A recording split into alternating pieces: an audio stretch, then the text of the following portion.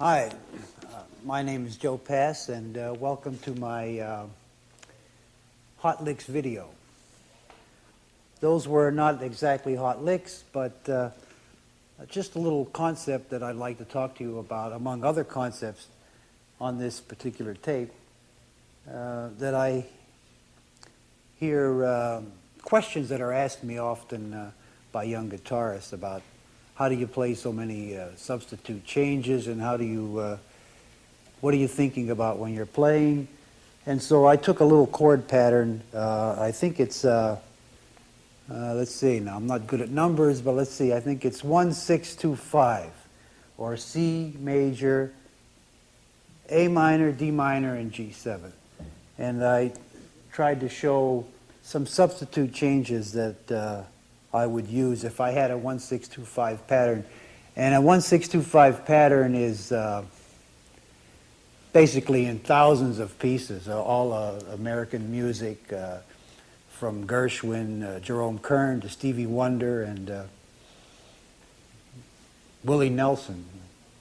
Anyway, so I want to talk to you a little bit about some of the concepts that I would use. They're very basic and very simple that I would use to embellish a 1-6-2-5 progression. We'll get to that in a minute. First, I think you should tune up to me so that we're in tune. I think I'm 440, I'm not sure. I hate tuning up. They told me the guitar was tuned at the factory, but, you know, but it's not, because if you check it out, but here, anyway, here's my E. Well, now that we're in tune, hopefully, I'd like to pick up where I left off about playing on a chord pattern like a 1-6-2-5, which is a C major, A minor, D minor, and G7. We're staying in the key of C. It's a good key. So, for instance, this is the C major, the A minor, D minor, and G7. First of all, let me say that when I think of chords and chord patterns, I think of everything very basic and very simple. For instance, the C and the A minor to me are simply C major. The A minor is at the sixth, but it's not really important. It's kind of like the C major in a sense. It's the same sound. You can hear it. And the D minor and G7, the 2 and the 5, I simply think in terms of the 7, G7. And the D minor just happens to be a little movement that goes with it. But I don't like to complicate my thinking up with too many theoretical changes or too many changes that they're not. I think very basically. Basically, I think in terms of chords, major, minor, and dominant. Simple. Under the dominant family, I would include the augmented, I would include the diminished, and I would include any altered dominant seventh chord, which would be a raised 9, a flat 9, a raised 5, a flat 5. But those chords all become, for me, dominant seventh chords. So, but we'll get on to that's another whole different concept or bag.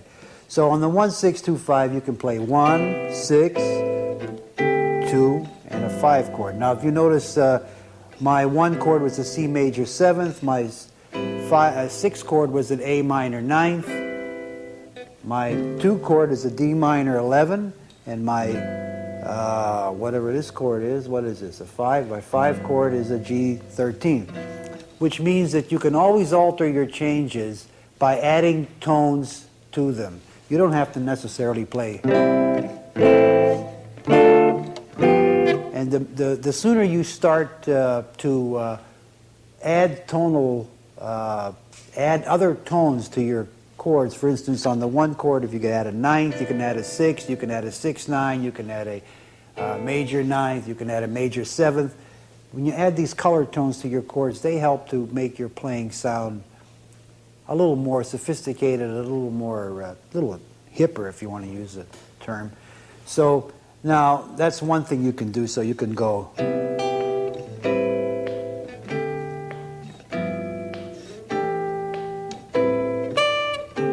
You could add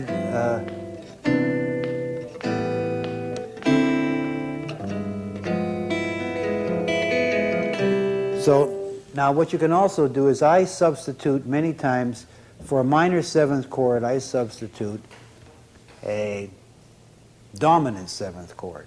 So in this case, for C major would be C major. For the A minor, I would substitute an A seventh. Now in this case, it happens to be an A seventh with a raised fifth and a 13th, but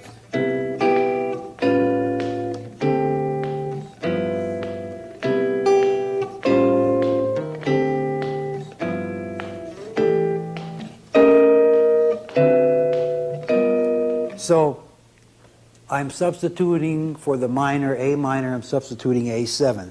And all the variations of A7, that would mean A 13th, A augmented, flat 9, A 13 flat 9, A 13 raised 9, A 13 flat 5 raised 9, all the combinations of the dominant seventh that you can think of, and which would be 9ths, 13ths, would be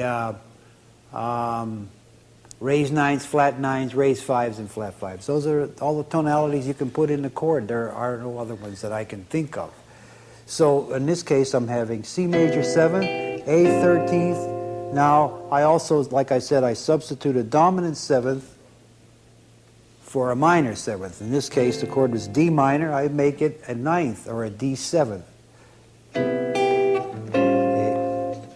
This is the substitution for D minor. It's a D 13th. And for the G 7th, I substitute nothing. It's still a G 7th, except I have, thought I fooled you that time. I thought I have G7 raised 5, raised 9.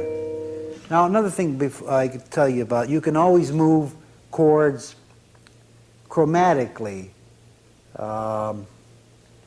And I'm going to show you another substitution now. In other words, for the key of C, the C major, which is our first chord, the 1, I can make it an E minor, because if you notice, the sound is the same.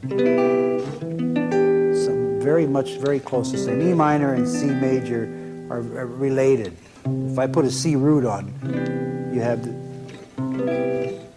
So, now I can, once I said that I can substitute for a minor chord, a dominant chord. So in this case, the C major becomes E minor becomes E 7th raised 9. And we have this, so listen.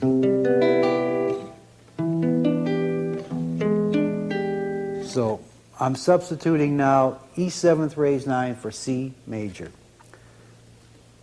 coming from E minor, which is a substitution for C major. It sounds like a lot of substitutions, but it's really very simple, because what I'm getting at is this. For the E major raised 9th, E dominant 7th raised 9, I should say, you can always move, like I said, your chords in a line. E 7th is a substitution for C.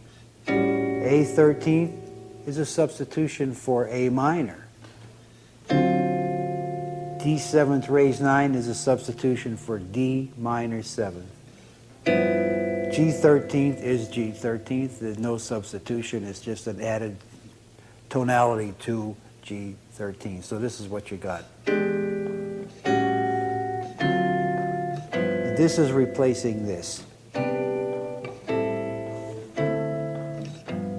So what you got is, this is what we started with originally. We're substituting. You can add tones to these substitutions like this. Raised 5, 13, 6, 9. Raised 5, raised 9, 13, 6, 9. So you can always, you can go, let me get back to where I'm, gets to be a lot of substitutions pretty soon. So let me give you some examples. E 13th raised 9 can be a B flat 13th by changing the root. A 13th is A 13th. It can be an E flat 7th raised 9 by changing the root. You don't change any fingering. You don't have to get any chords that are really difficult to play. I don't believe in playing anything that's real hard. If it's real hard, forget it.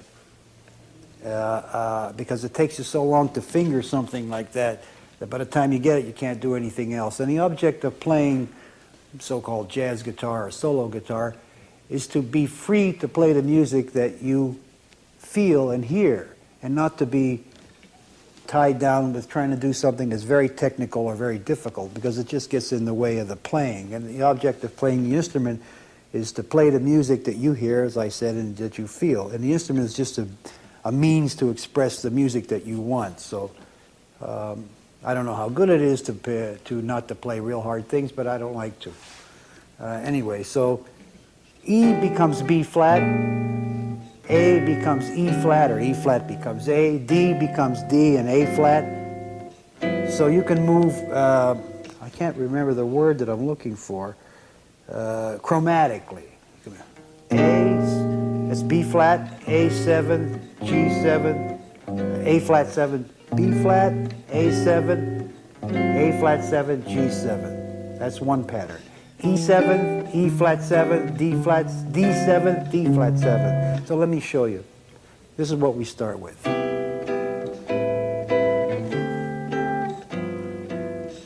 This is substitution. Substitution. Different root.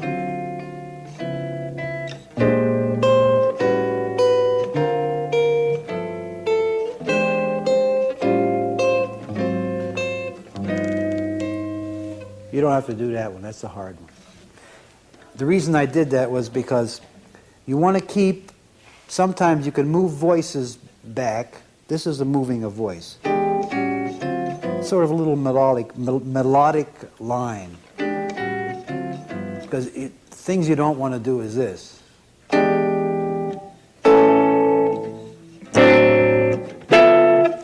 In other words, you want to keep continuity in your chord playing.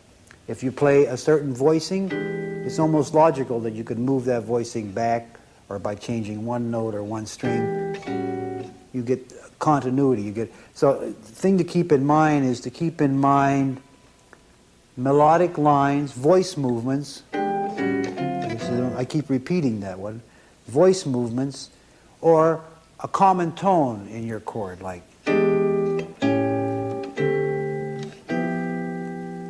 E, A, D, G, always with the G on the top. Or E, A flat. That one you can leave out. Or E, or a B flat 13th, or a E 7th raised 9 flat 5. A 7 flat 9.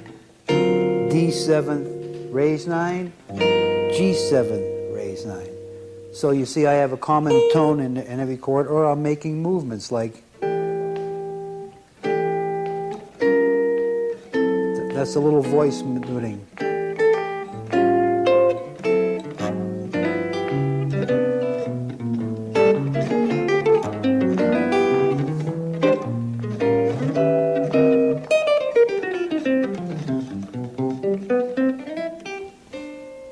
Anyway, so let me once review what I was trying to talk about. I was talking about 1-6-2-5 pattern, very simple pattern, and talking about substitutions.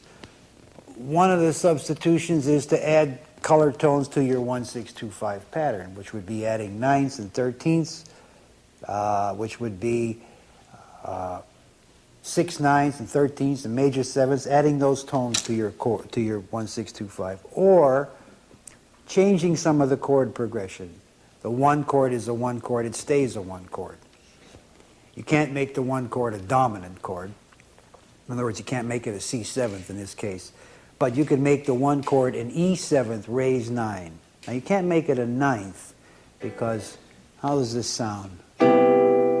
That's what we're starting with. Now, you can't say I'm going to make this. It doesn't seem to sound right, but how does this sound? Pretty close, because we have a tone, we have some of the tones in the one chord are included in the E7th chord. But if you make it a 9th or a 13th, you're losing That has nothing to do with, listen to the root. Let me see if I can do this. That's not right, but this will be all right. Because that is the raised ninth of E, the C. Now, of course, you don't want to play this chord because it's a dumb chord. You have to watch when you buy books that have 10,000 chords in them, I think. Because 9,000 chords are theoretically correct, but not really usable in the kind of playing we're talking about, which is if you want to play jazz pieces like Green Dolphin Street or Body and Soul in it. Theoretically, they're all correct. For instance, this chord here is called, in some books, G7 flat 9, with the flat 9 in the root, in the bass. Now, if I'm playing and you play that for a flat 9 G7 for me, I don't want it because it's not, it doesn't sound like, it sounds to me like a diminish.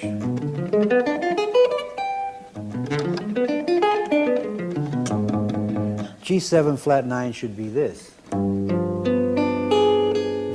All the altered tones in your chords on the guitar, in most cases, should be on the top strings. Flat 9, raised 9, flat 5 should be on the top 3 strings. And I believe that the lower strings should be root chords. So G7 flat 9 is that. Not, though theoretically it is. So be careful when you learn chords. If you watch other players play, some of the well-known players, anybody that plays can play, you'll notice that they all use the same general grips, I'll call them, or chords. These chords are very common on the guitar. Ninth forms, these kind of forms. Very few people are playing, real difficult things. Some players like to concentrate on that kind of playing, but that takes a great deal of study and a great deal of practice, and sometimes you get locked into doing something the same way all the time because that's the way you spent hours and days learning it, and it's sort of a hindrance to trying to improvise and play because you're locked into a lot of technical and theoretical information and not so much just trying to play what you hear and feel. So I might have digressed some, but anyway, where was I? So you can go 1, 6, 2, 5. You can go chromatic from E to A to D to G. You'll have to figure those numbers out yourself. You can go from B flat to A flat to G. Those are all 1, 6, 2, 5 substitutions.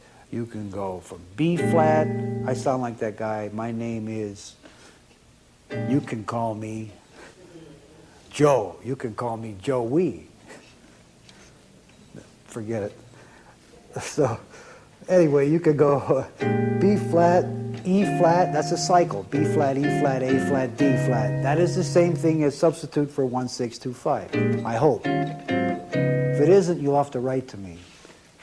So let me play some 1, 6, 2, 5 for you.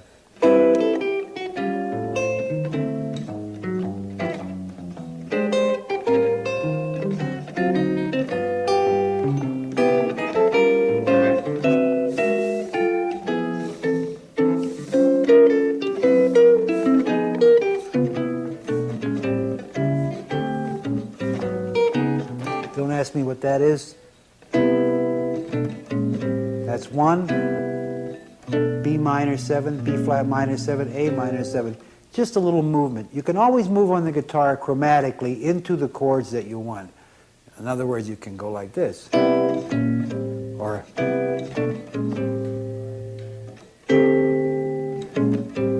now why did I do that? C, this is just a movement into A minor. Just a movement. No big deal. It's E minor, it's B minor 7, B flat minor 7, which is a substitution for E, because B minor 7th and E 7th are a 2/5. See, so you can go like this. It's a flat 5 principle. You can move back and forth. But I'm going to A minor, so I go. So now I'm on A minor, which is the 1, which is the 6th chord. Then I don't do anything. I go to the 5 chord. Now I do, since I went like this, in my mind, my ear says, why can't I go? Where does it take me? It takes me from B flat to A minor to A flat minor. A flat minor is the 2 chord of D flat. And D flat is the flat 5 of G. This is really theoretical. I don't know why I got into so much theory, because I'm not a theory person. So here we were.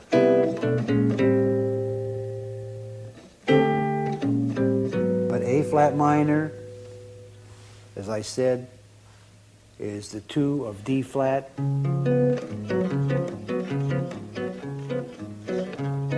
And D flat is the flat 5 of G. So that's why I can do that. So I can go.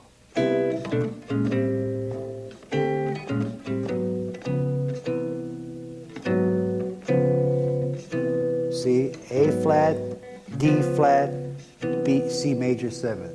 Or A flat minor, G7, C major 7. So you see, it's all relative. So those are some movements on 1625. And what you want to keep in mind is, if you use a certain kind of a chord form, think about using it several times. Move it chromatically. Anyway, if you use this form, just think about moving it to A. You don't have to make any big movements. You have a moving line, and you have nice voicing, and it works. And if you ask the question, like, what if other players are not playing those chords? Or how will it sound if I'm playing with a piano player? Well, if you're playing with a piano player, you better do what the piano player does, because he has 88 keys and he's louder than you, I always defer to the piano player because they're louder and bigger. But the thing is, you have to make some adjustments. But if you play your chords without 6-string voicings, I mean, try not to play chords like, little chords, so that you can have a little, like, 3-note chords, inside chords. So you can move. For instance, you take these 2 notes. If I'm playing with a piano player, I'm not sure what he's doing. You have to be careful in the beginning. So if we're in the key of C, I might play this kind of a C. Just these 2 notes. Now these 2 notes could be C major 7th.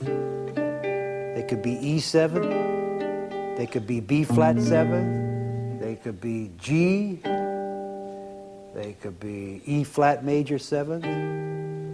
They could be A flat. So you pick tones that are neutral in a sense until you know what the players are. Now, another thing you can do if you want to find out, every player, every chordal player has a harmonic boundary that he plays from, that he likes to use. You'll find, usually you can tell on the turnaround of a tune what they prefer. Piano players, some piano players prefer a turnaround like, and they like that kind of a sound. So, and the reason they do it on a turnaround is because the turnaround is the place where the pianist or the chord player, the guitarist, has a choice, because there's nothing happening there. It's just the turnaround, so he can get crazy or do whatever he wants. So some turnarounds go like, it's like 1-6-2-5. Some of them all of a sudden start using all raised 9ths and 13. So on a turnaround is where you listen to a piano player or another chordal player to see what their harmonic concept. Some players like a lot of minors. Some players like a lot of 2-5. Some do that all day long. You can go. Let me see. You can go. you can do, see, that's 1625. Or you can go, yeah. That's related to 1625 in a kind of a way. But anyway, the place to listen is on a turnaround. And the thing to do is to use chords that are kind of neutral sounding tonalities until you know what concept the piano player likes. Does he like a lot of minor sevenths, or does he like a lot of raised ninths, or is he 11th kind of a player, like all these kind of sounds? But that's digressing again to some other subject. So much for the 1625.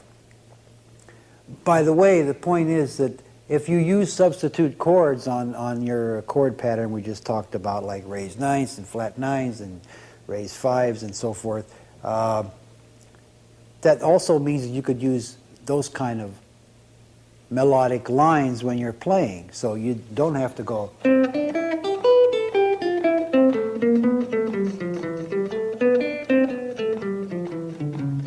That's kind of plain. 1, 2, 6, or 1625. Those are kind of just kind of scale. You could play.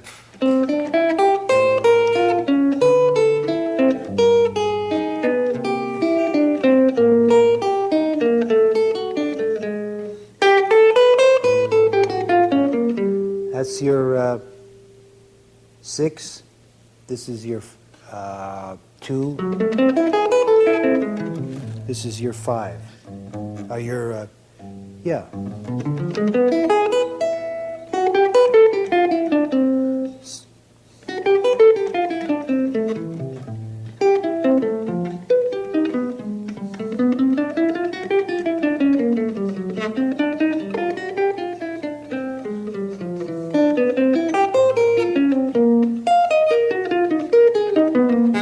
This is your 1. Because it's like an E minor 7 flat 5. I forgot about that. 1, 6, 2, 5.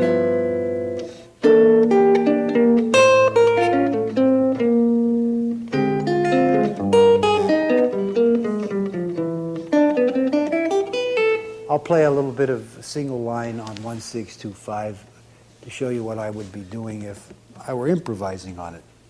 Starting with some very basic melodic lines to some more involved melodic lines, I hope.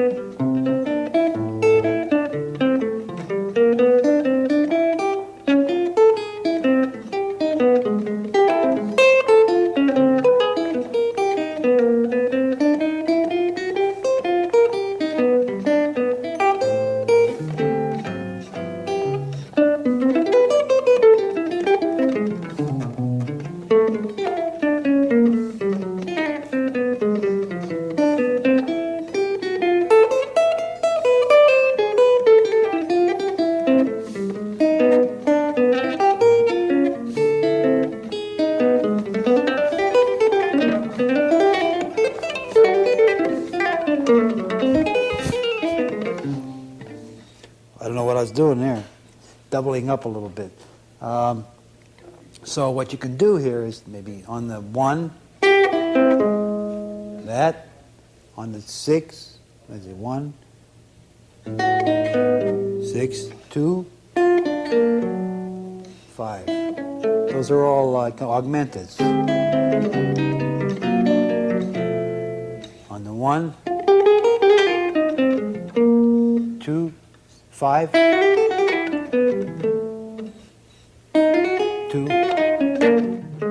5.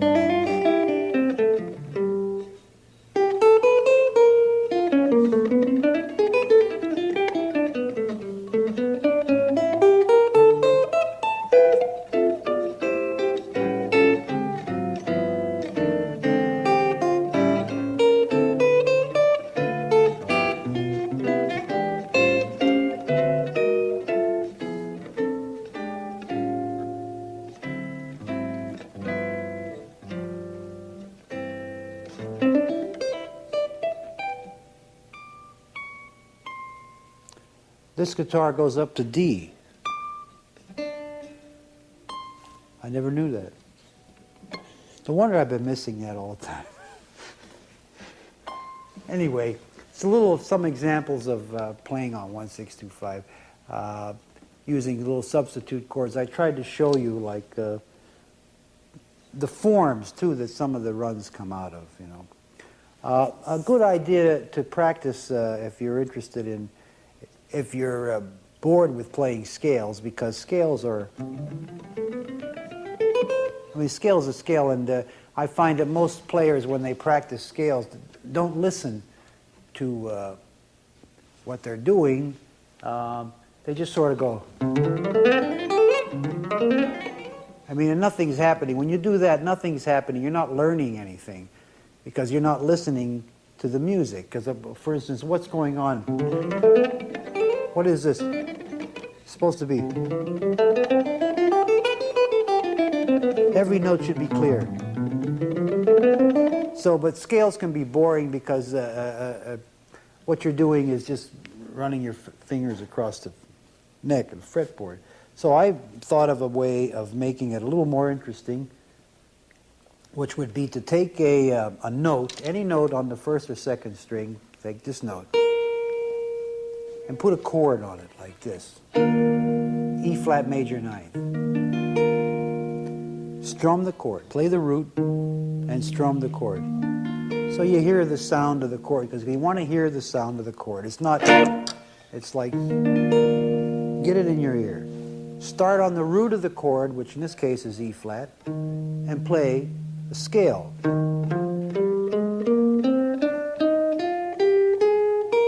Stopping on the note that, the top of the chord, which is this, so you have this.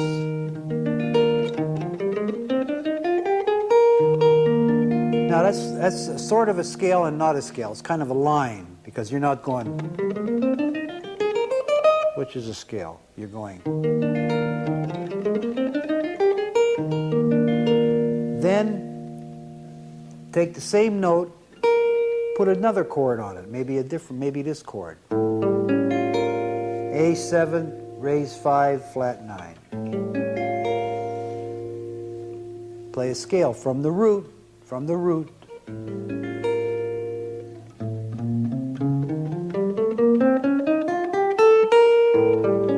From the root and stop on the same note. Now maybe you might want to play this chord. D7, raise 9, flat 5. From the root.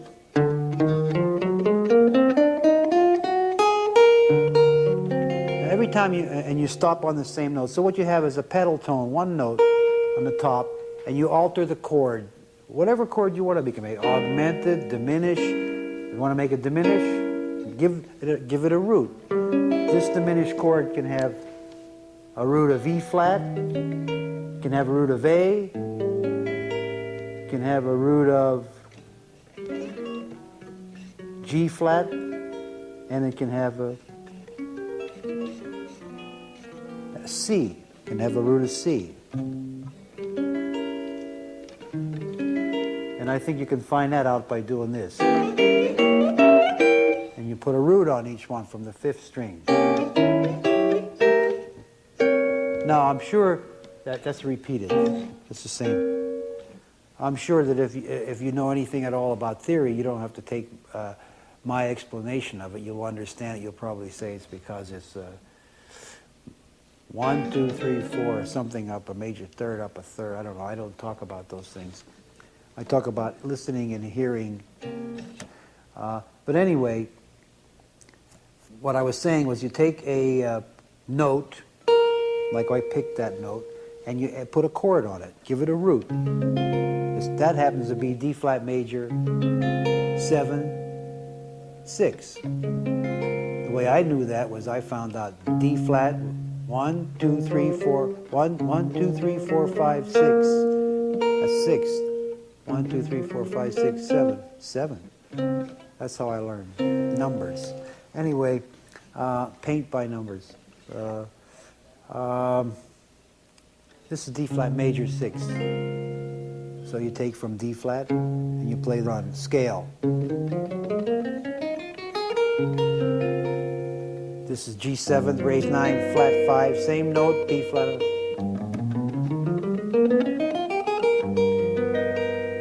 This is G flat 13th, same note.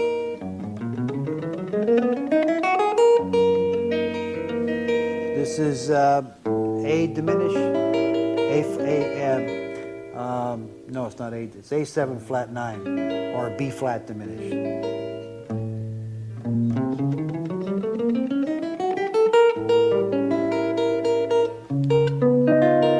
D flat 13th.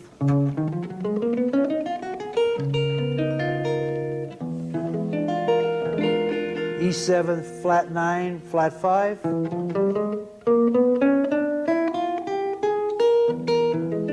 So you see what you have then now is not just a scale that puts you to sleep or is a pattern that you don't really pay attention, but you have sounds of chords, and you have lines that build from one interval, from a root to an interval, and it gives you something more to listen to. By the way, you should always listen when you're playing. Listen to yourself. So many players I see, not many, but some, play chords that they say G7th and they go like this. Now, I mean, that doesn't belong in there. Whether you use a pick or what, that doesn't belong in there. That C is wrong. It doesn't belong in there. But if you don't hear that it's in there, or you play and you don't hear that that note is in there, how do you expect to hear anything else that's like musical? I mean, if you can't hear it, that doesn't sound right. This is a D ninth, nice D ninth, and sometimes I hear players go with the ninth and the root in the bass. So you have to listen very close to everything you play. Something I do is if I play a chord, if I don't like the sound of the chord, I mean, I always say to myself, is that the best sounding chord I can get there? Or can I play something, or can I play? I mean, I'm not going to do anything that's like, but when you grab a certain form, see what you can get out of the form just by moving a finger or two. Now, you don't have to start going. I mean, that's for the guys who want to work real hard.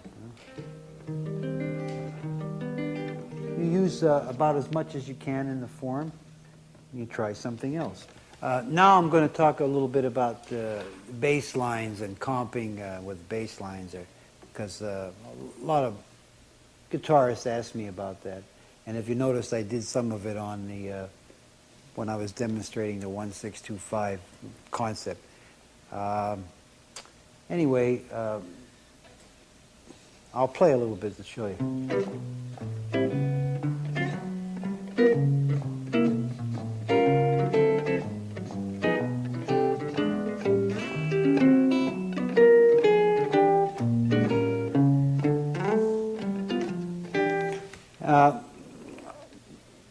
The most important thing about playing bass line and guitar is the bass line.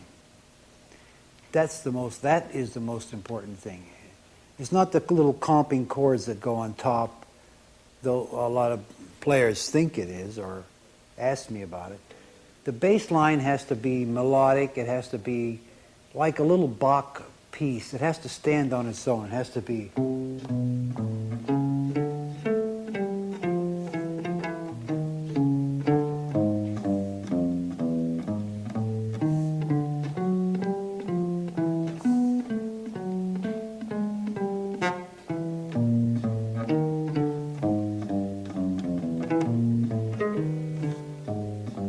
The bass line has to be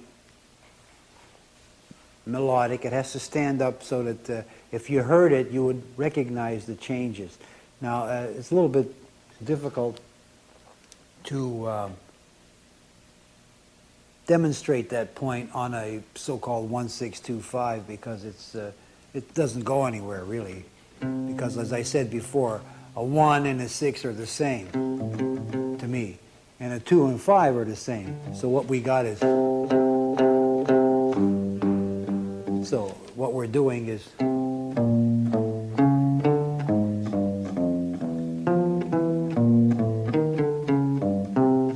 so now let me show you how I do the comping on the 1-6 on the bass line. Visualize doing a shuffle rhythm like.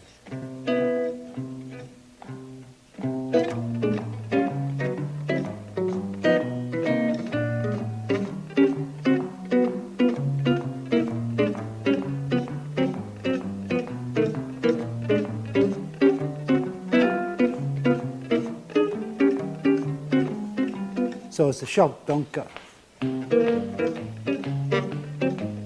Shuffle rhythm. And then leave every other accent beat out. No, just.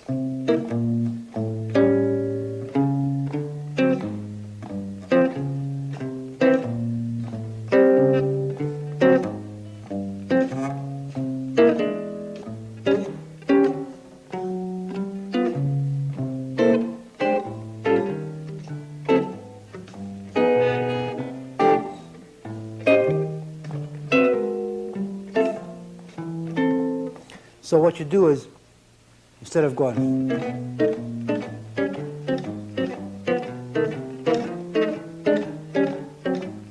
you're going, you're leaving out every other shuffle rhythm beat, and you're building your bass line. So the little chords that are played on the top, in this case, happen to be dominant seventh little forms, because this lends itself to that, but it can be a major seventh. Be a sus. Now, after you get a little bit, after you're able to move like,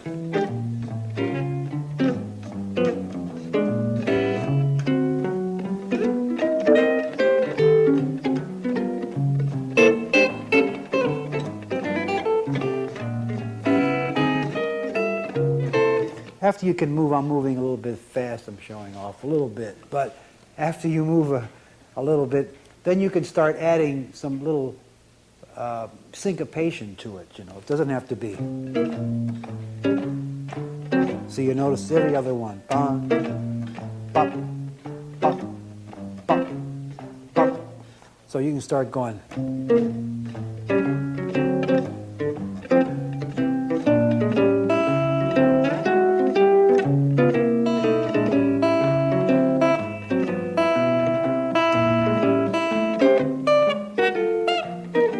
So now I'm adding some little accents and little rhythms. None of those little chord forms that I'm playing are difficult. And none of them are, in many cases, not indicative of the chord that I'm actually playing. Sometimes I'm playing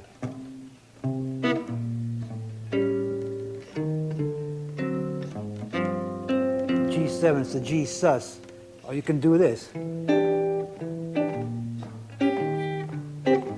Now, these two notes are kind of neutral sounds. See, that could be an E minor, or an E7, or a C. If I have a C root as a bass, say I'm going to go, I can go. See, these two notes are not, it's not like this. In other words, nothing that I'm playing is very difficult. The notes happen to be under my fingers around one of the bar forms, which is another subject I'd like to talk to you about on another tape, which is the subject of using bar forms to move around on the guitar. The value of understanding the bar form, like having a capo, you know, like where you see these people put the thing on, it goes like that. Well, this would be like having a capo and it's stuck in your head, you see, and it hurts sometimes, but the bar form serves as a capo. and I'd like to talk to you about that sometime, and the use of it. But in building bass lines, I'll play, for instance, this 1-6-2-5 business with as much as I can think of as far as building a line.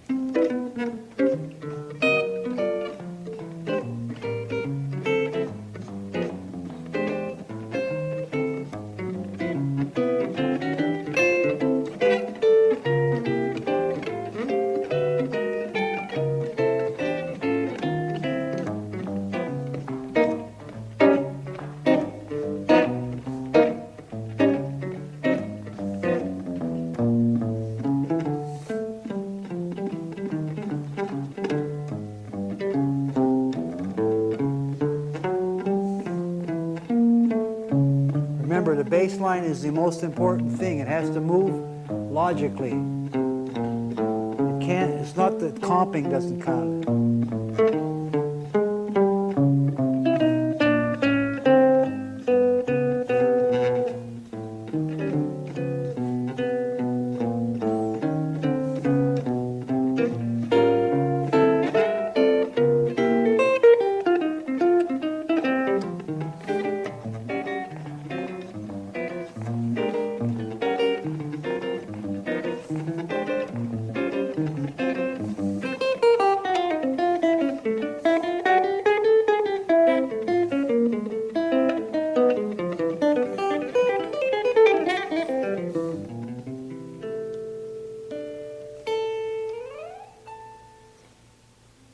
Anyway, that's kind of an example of building bass lines.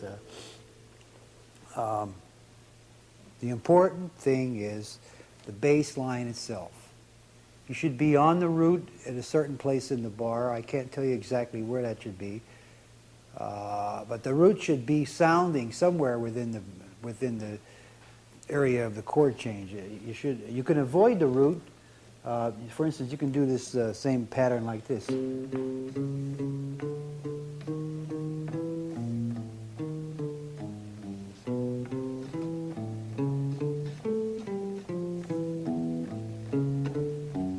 That's the same.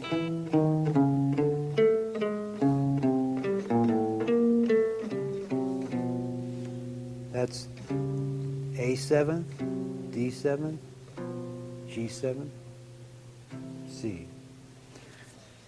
So if I were playing a tune that had an extensive chord progression, I could demonstrate the bass line a lot clearer to you. But since I said it once again, this simple little pattern of, I call it I love coffee,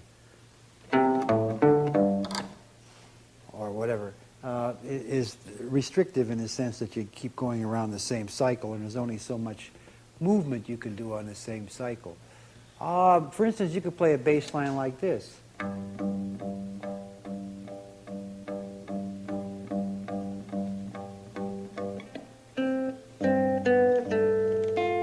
I'll show you.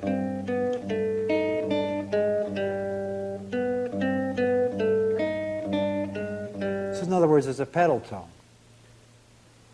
So before I finish, I'll play a tune, or I'll play a little piece for you or something. But there are no wrong notes in playing, you know. It's just they're in the wrong places. But there can't be a wrong note in music, because there's only, how could there be a wrong note? Maybe there could. Write to me and tell me. I don't know. But I'll take the same chord pattern and play around with it. Slower. Always have a melody in mind.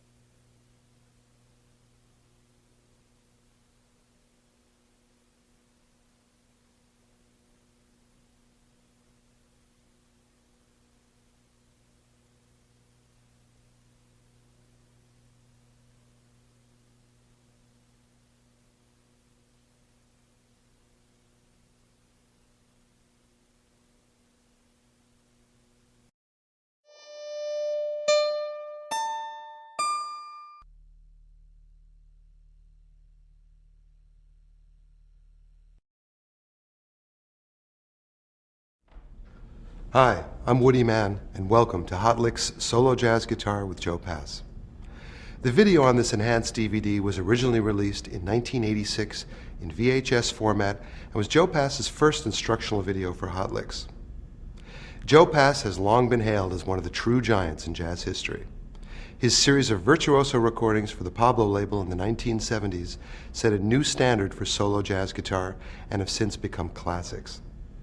On solo jazz guitar, Pass gives a full treatment to the 1-6-2-5 chord progression, explaining, demonstrating, and performing the improvisation and arranging techniques that are at the heart of this extraordinary style.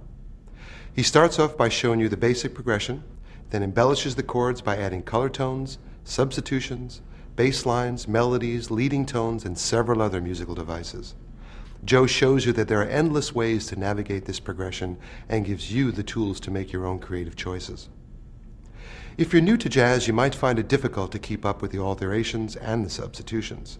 This enhanced DVD has two special features that can make this a lot easier. The Chord Corner lets you hear each chord while seeing a photograph of the position, along with the chord diagram. The slow motion special feature allows you to loop each exercise at half speed with the audio restored to standard pitch. These new features, along with the tab booklet, should make it a lot easier for you to get the music right under your fingers. Toward the end of the session, Joe covers approach to single note solos over the 1-6-2-5 progression. He makes use of many of the chord tones in these melodic lines, so it helps to be familiar with the progression before attempting to solo over it. Again, refer to the slow motion section if you have any trouble keeping up. Other features that have been added include Joe's biography, a selected discography, and a suggested listening list of important and influential jazz recordings. Joe's follow-up to solo jazz guitar is called The Blues Side of Jazz and explores the 12-bar blues chord progression that is also commonly used in jazz guitar. These two classic videos will give you an unprecedented insight into the playing of a true jazz legend. Good luck playing solo jazz guitar with Joe Pass.